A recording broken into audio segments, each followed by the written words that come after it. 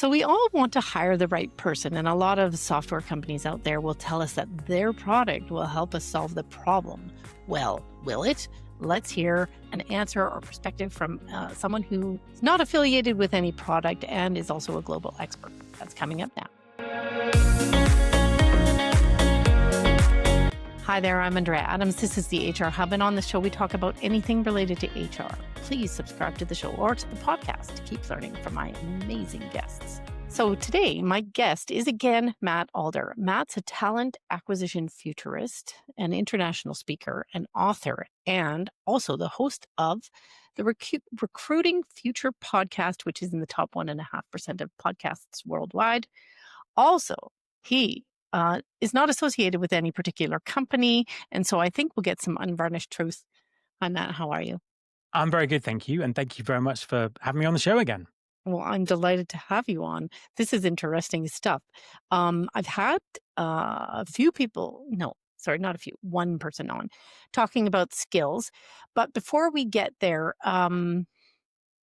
as a recruitment expert, when someone asks you, how do I make sure I hire the right person? Someone who's going to be effective for a long time, maybe they'll stick around for a long time. What do you tell them? So I think the first thing is to ask yourself the question, why are you hiring this person? Because I think very often, someone leaves, someone automatically wants to replace them, like for like, all that kind of stuff. So I think kind of reflecting on, what is it that this person's going to do, how they're going to add value to my business helps you to kind of calibrate that properly in the first place. And also, I think it then helps you perhaps look past some things like, I want to hire the person who does, the exact same thing for my competitor and bring them on board. Or I want someone who has exactly the right skills so they'll be up to speed on day one. And, that's not necessarily a good thing for the long term with things that change so quickly. So I think having that perspective when you start to hire is really important, because I think, I've heard so many small businesses trying to replace, like for like. Someone's left, they're really good at their job. They go and look for someone who's got exactly the same background and skills and experience that person had, rather than taking the opportunity to reflect on, do we still need this role? Could we replace it with technology? How is it adding value to what we do? Do we need to hire two people rather than one person? Whatever that is. So I think having that kind of reflection at the start is an important first step. If you were consulting to one of these employers, how would you guide them through that process? Because, they're probably desperate. Oh my God, Judy's leaving. What are we going to do? We need another Judy. We need them now. How do you get in there and say, hold on a minute, let's think about this? Yeah, I think the thing is, it's almost like, and I did this with someone about 2 weeks ago, so it's kind of fresh in my mind. They were looking at, so as an example, they had someone leave their team. They used a very specific statistical type of software. Really kind of technical job. So they were having problems recruiting. So they just kind of asked me what I thought, and I said, what skills does this person need? And then they just described they need 10 years experience in using this database. They need to, and they basically just gave me the CV of the person who'd left. And it was like, well, that's not why I asked you. I asked you, what skills does this person need? And it's like, oh, okay. All right. Well, they need to know how to use this software. And I was like, is it how to use the software, or could someone who uses, a different type of software learn this one really quickly? Well, yeah, I suppose they could. And it's just kind of breaking that down to say, what is it that you really want from this job? And what we ended up with was a very different profile of person to what they were originally looking for. And the great news for them is it made recruiting much easier, because they suddenly had a much bigger pool of people to look at, because they were limiting themselves down to a very sort of small amount of people, which would have made for a long, frustrating recruitment process. If they'd found that person, they might be desperate, they might not be a good fit. But instead, what they did is they just really kind of opened their way of thinking, and they found someone who was perfect, who needed a little bit of kind of upskilling on the software, but actually had a whole new set of skills that really kind of helped their business. So I think it's just that the practicalities of it sometimes can kind of really help in a small business environment. Yeah, it's like digging in and just asking more why questions. Exactly. Yeah. Exactly. I think that's the key part of that. So something I think you talk about is the half-life of skills. So Yes. what does the half-life of skills mean and why should HR care? So it's kind of a jargonistic term that seems Uh-huh. to have sprung up. I mean, what's effectively what's happening is everything's changing basically. So Yes. work is changing, businesses are changing. We've seen over the last sort of few years this sort of big digital transformation in many businesses that was compounded and speeded up by the pandemic. We now have the AI revolution, which is really again making businesses rethink. People's relationship with work is changing. People want more flexibility, that kind of stuff, and technology is changing really quickly. So it means that some of the skills that people have, particularly sort of technical skills, hard skills, skills Mm, around particular bits of software, um, are going out of date really quickly. So yeah. if you think about it in the past, you could use a particular thing and it might you might be able to use that skill for years and years and years, but especially with AI coming along, things are just changing on a on a kind of a weekly basis. So a lot of the sort of the technical skills and hard skills out there change every 6 months or every 12 months. So it has a massive impact on HR because HR needs to think about how do we deal with this? How do we make sure that we're upskilling people in our business, that we're getting the right people into our business? How can we be sure that we are having the right skills when we need them at the right time? And I think that's probably the biggest question for HR at the moment to be thinking about, because um, this pace of change is only going to get quicker. So is it technical skills that are becoming outdated the fastest? And which skills are actually going to endure? Yeah, good. I mean, good question. I think it's sort of going to be different for every industry and every kind of business. And there's obviously a level of technical skills that are going to endure. I think sometimes we talk about skills-based hiring, and we neglect to think about professional qualifications that remain relevant for a long time. Around things like engineering or medicine or all that sort of stuff. So they're kind of the foundation. There are foundation skills that obviously stay relevant, but around that, things are changing. Things are changing all the time. I mean, I couldn't really say, what's changing the Oh quickest. yeah. What's not changing though are human beings. So our brains basically designed to evolve over millions of years, not Yeah. over months. Right. So actually, some of the fundamentally human things that people bring to work are just sort of critically important. So problem solving, creativity, leadership, those kind of things, but also agile thinking. There's this fantastic thing called learning agility in terms of how quickly people can learn things and change their thinking and all that sort of stuff.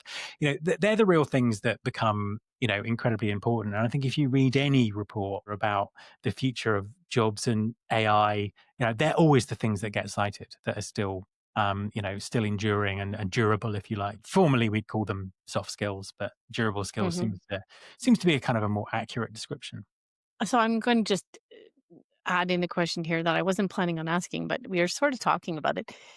People are afraid that their jobs are going to get cut by AI. What are you thinking the impact that AI is going to have on jobs? So I think that any company that says they aren't looking at productivity and headcount and resources versus technology is lying to you. I think if you said to Mhm. any CEO, you can, reduce your headcount by 10% and actually, be more valuable as a company or whatever. I can't think of many people in the commercial sector who would turn that down. So that is happening. It's already happening to people. It's something that people need to be aware of.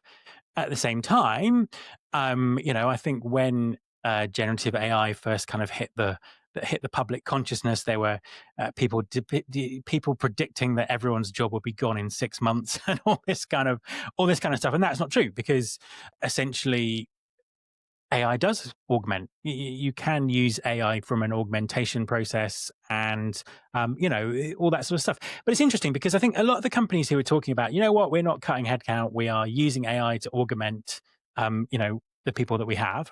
That is brilliant.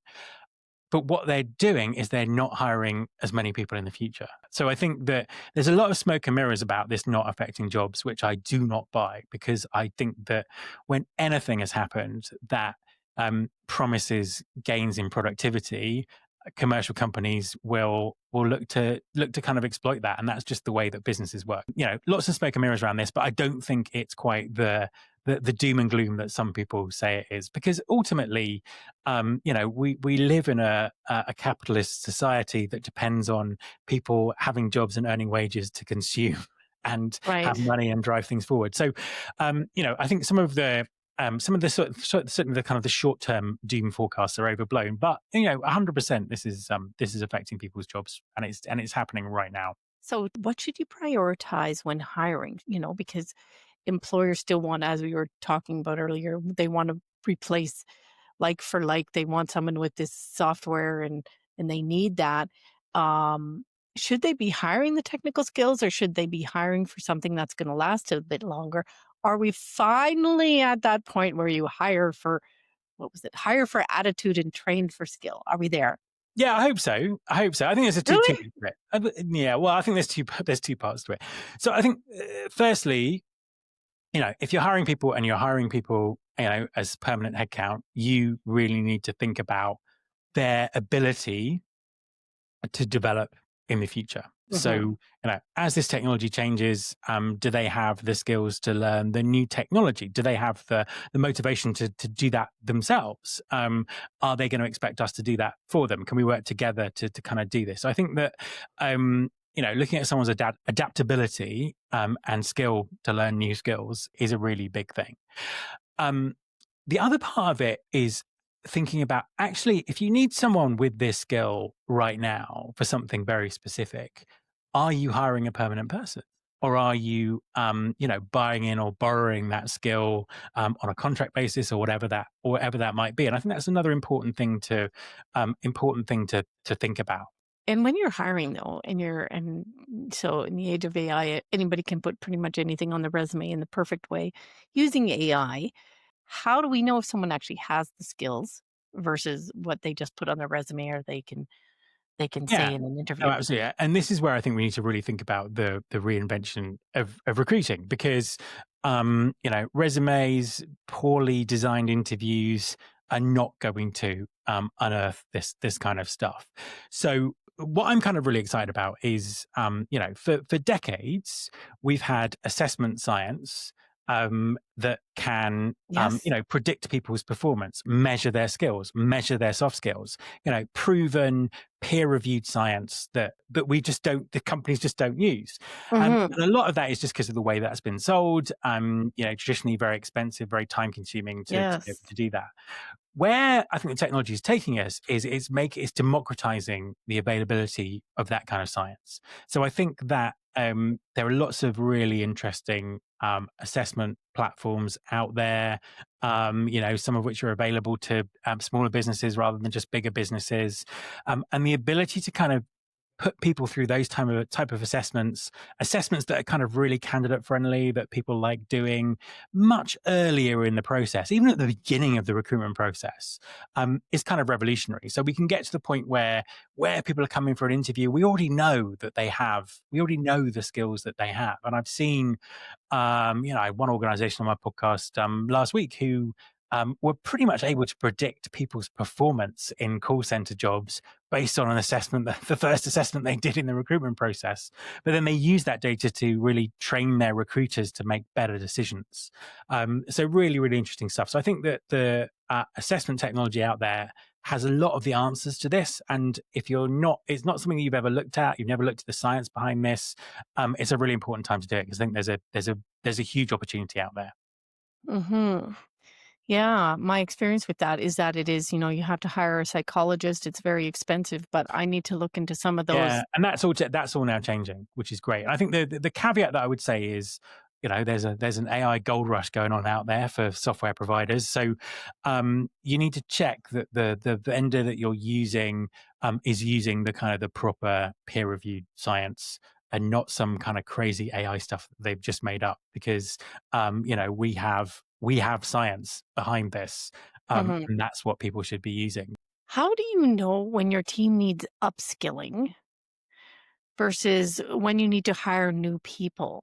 It is a complicated question because I think there's also, upskilling and all that kind of stuff is great.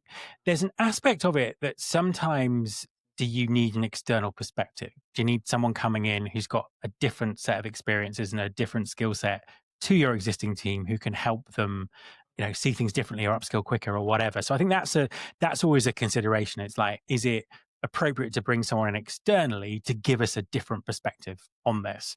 And I think particularly because things change so quickly, we've been doing this for years. We've always done it the same way. We're trying to evolve it. You might need that new person to give you kind of fresh eyes on it. So I think that's one thing. In terms of the upskilling thing, I think this is it's something that doesn't get talked about very much. And I think that there are there's different expectations and kind of thoughts around this. It's And like, I it's, think if we, if I can jump in, sure. we're talking, some people are talking about it on my channel, but they throw the words about without any meat behind it. Like, how do you upskill? How do you reskill? When you're trying to upskill and reskill employees who love their jobs the way they are and don't want to change, I mean, there's a whole change management process in there. And I mean, this is complicated. Absolutely, absolutely. So, I mean, a few things around this. I think to start with that change management bit, I've got an interesting interview on my podcast with the chief people officer at Zapier, which is a AI Yeah. information company. And they're one of those companies who went through that, oh, AI, we're all AI, we need to hire people for AI and all this kind of stuff. They've kind of taken 2 years to develop that. And the biggest thing that came across from my conversation with them was giving people the psychological safety around that to experiment, to learn, to get things, to get things wrong. I think that's a really interesting aspect to this. Then I think it comes down to it's such a massive shift in the way that we think about learning at work. And, I'm very much of a generation that remembered, learning was your company. If you were lucky, your company would send you on a specific course to learn a specific thing.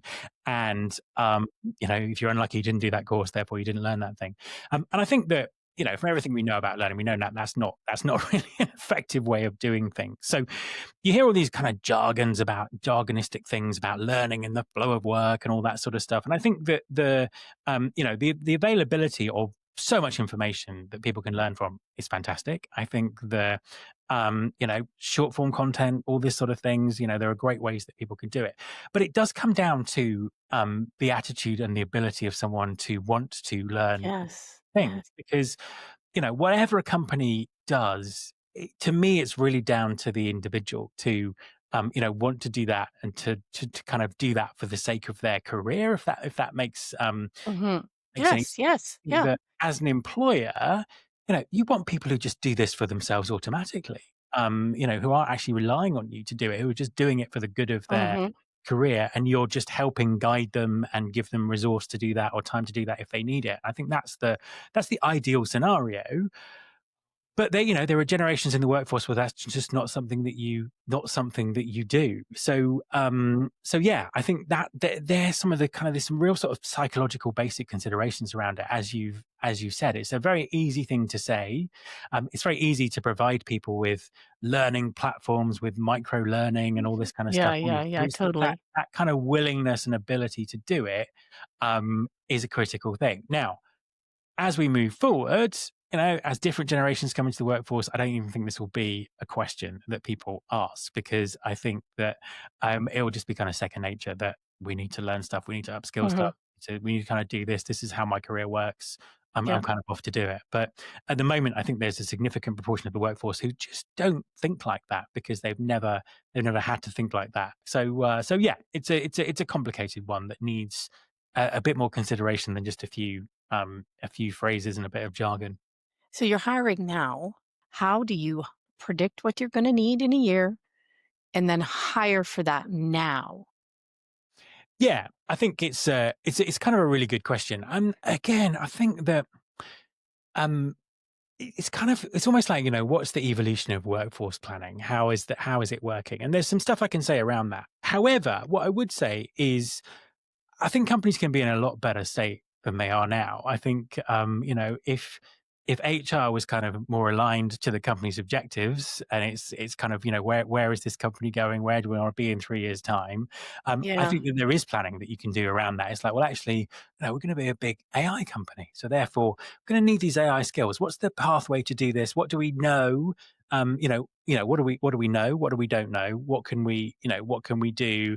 What can we do now? But also, what can we do now to help us respond quickly?